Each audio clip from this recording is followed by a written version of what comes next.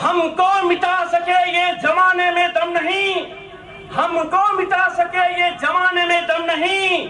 अरे जमाना हमसे है, हम जमाने से नहीं। आमंत्रित करता हूं उस नुक्ते के साथ आज के हमारे विशिष्ट अतिथि और मंच को सुशोभित कर रहे हमारे प्रदेश के प्रदेश अध्यक्ष माननीय शर्मा जी, जोरदार करतब ध्वनियों से आमंत्रित करता हूं। हमारे शर्मा जी आज के हमारे अग्रिम कड़ी को बढ़ाते हुए। जय जय परशुराम। शास्त्री जी हमारी विप्र सेना के जनक मेरे भाई आदरणीय सुनील जी तिवारी साहब, थोड़ा नीचे करो। हमारे राजस्थान के महामंत्री आदरणीय गोविंद जी, राजस्थान के उपाध्यक्ष आदरणीय घनश्याम जी, राजस्थान प्रदेश के मंत्री आदरणीय विजय जी, डूंगरपुर जिले के जिलाध्यक्ष और इस वागड़ के क्रांतिकारी मेरे छोटे भाई आदरणीय जीतू भाई, मेरे सामने उपस्थित मातृशक्ति, पिता तुल्य बड़े बुजुर्गों, नौजवान दोस्तों, सम्मानित मंच, इस मंच के माध्यम से मैं सर्वप्रथम जीतू भाई और उनकी टीम को बधाई देना चाहता हूं। इस बात की शुभकामनाएं देना चाहता हूं कि इस वागड़ की धरती पर जो आगाज किया है आज तुमने, ये वास्तव में सदियों तक याद रहेगा। मैंने ये महसूस किया है,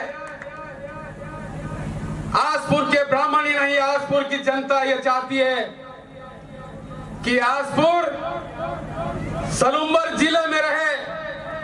मैं इस मंच के माध्यम से राजस्थान के मुख्यमंत्री से बात करनी पड़े तो बात करेंगे और राजस्थान के प्रदेश अध्यक्ष से बात करनी पड़ी तो बात करेंगे और आपकी भावनाओं को जयपुर तक पहुंचाएंगे।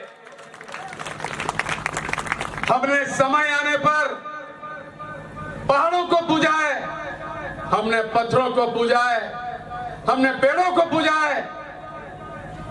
मैं यहां ब्राह्मण समाज को विप्र सेना की तरफ से आश्वस्त करने आया हूं, डरने की जरूरत नहीं है। यहां के दूसरे समाज यदि ब्राह्मण की तरफ आंख उठाने का प्रयास किया तो ब्राह्मण ईंट से ईंट बजा देगा, इस बात को भी ध्यान रहे। हमने शून्य से संसार खड़े करने का प्रयास किया है।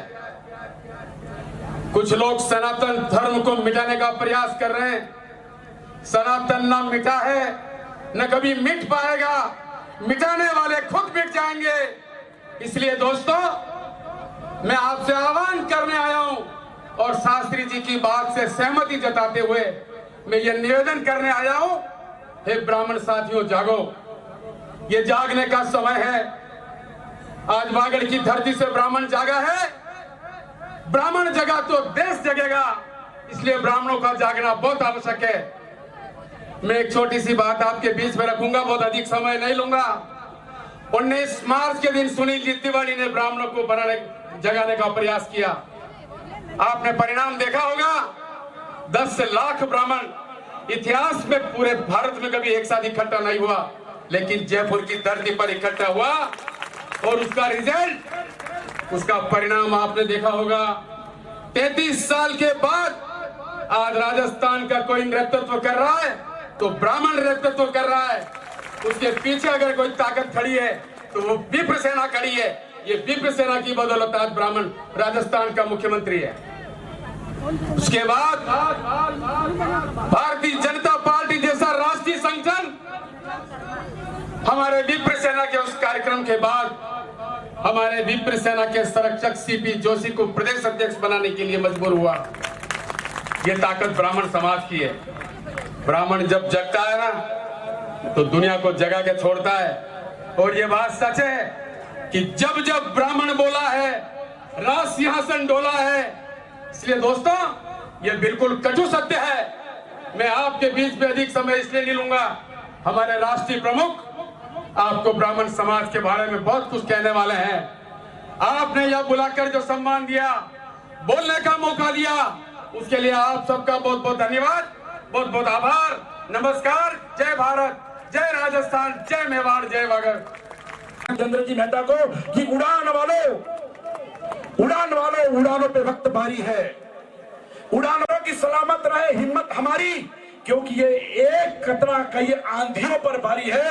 इसी के साथ जितेंद्र खुनावत यहाँ पर आए अपने और जोशीले उद्बोधन से सबको प्रभावित करें। जितेंद्र मेहता।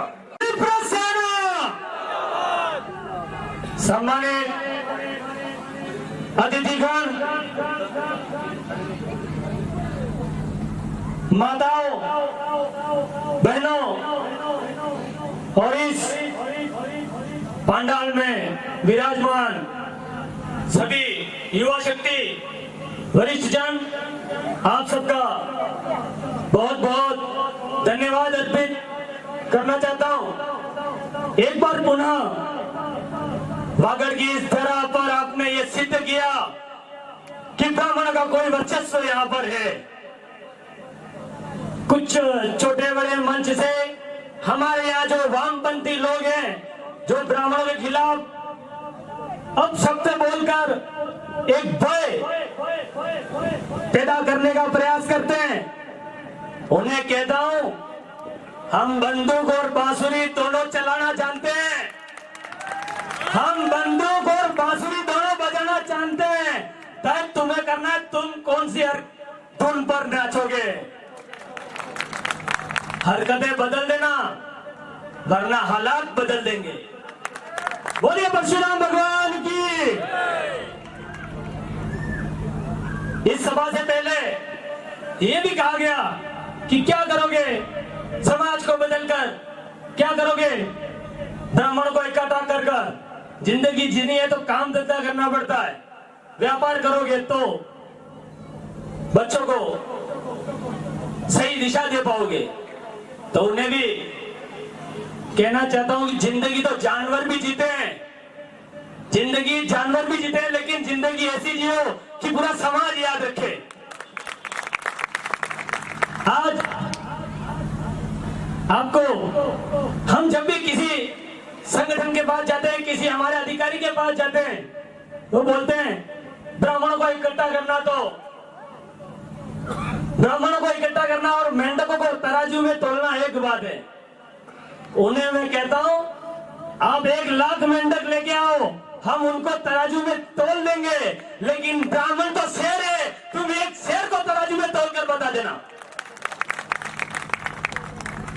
पुनः हमारे मित्र सेना प्रमुख माननीय सुनील जी तिवारी जी यहाँ पर पधारे हुए हैं, जिन्होंने जयपुर में ब्राह्मण पंचायत करके 9 लाख ब्राह्मण इकट्ठा किए थे और एक नया जोश ब्राह्मण सोए हुए ब्राह्मणों में जागृत किया, वो हमारे बीच में पधारे हुए हैं। गुरु जी का आशीर्वाद भी हमें लगातार मिल रहा है। आप सबसे एक ही निवेदन है, इस सभा में हमने 3 मांगे हैं जो हम सरकार तक हमारी पहुंचाना चाहते हैं। सबसे पहला, हमारे यहाँ पर भी रोस्टर प्रणाली लागू की जाए, हमारे यहाँ रोस्टर प्रणाली लागू की जाए। हमें भी राजनीतिक प्रतिनिधित्व रोस्टर प्रणाली के आधार पर मिलना चाहिए। AWS में 10% से 14% की हमारी जो मांग है और कुछ विसंगतियां है, उन्हें दूर किया जाए, क्योंकि इस समय केंद्र और राज्य दोनों में एक ही सरकार है और एट्रोसिटी की एक्ट पर ब्राह्मणों के लिए एक विशेष कानून बनाया जाए, क्योंकि भावनाएं हमारी भी आहत होती है। यहाँ पर जो आगाज आज हुआ है और आप सब यहाँ पर बैठे हुए हैं, आपसे एक निवेदन, एक विनती, आग्रह करना चाहता हूँ, क्यों न हम इस तरह की सभाएं लगातार 3 वर्षों तक पूरे जिले में करें, और जब सरकार हमारी मांगे नहीं मानती है तो इस आसपुर ग्राउंड को खचा खच भर देंगे और तब तक नहीं उठेंगे जब तक हमारी मांगे पूरी नहीं होती है।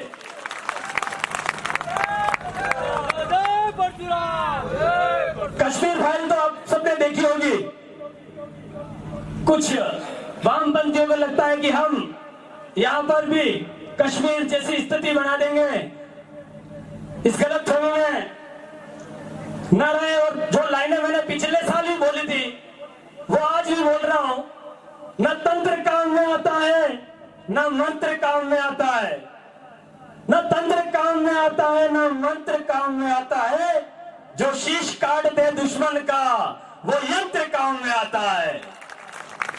7 लाख कश्मीरी पंडित, 40-50 हजार का तो सरकारी आंकड़ा है, 7 लाख कश्मीरी पंडित कश्मीर से भगा दिए, तिलक लगाने वालों के भी होश ठिकाने लगा दिए। मां को काटा, बहन को लूटा, वो चुपचाप खड़े रहे, वो मजबूर थे, उन्होंने हथियार नहीं उठाया। रावण जब मां सीता का हरण कर रहे थे तो गरुड़ जी ने भी अपनी हिम्मत दिखाई थी। तो उनके लिए मैं कहना चाहता हूं, अरे पंडितों, सागर से बहती पतवार उठा लेते, 7 लाख में से केवल 100 ही हथियार उठा लेते, दुश्मन की इस जाति पर जाकर सीधे ही तन जाते तुम, और केवल कुछ दिन के खातिर परशुराम बन जाते तुम।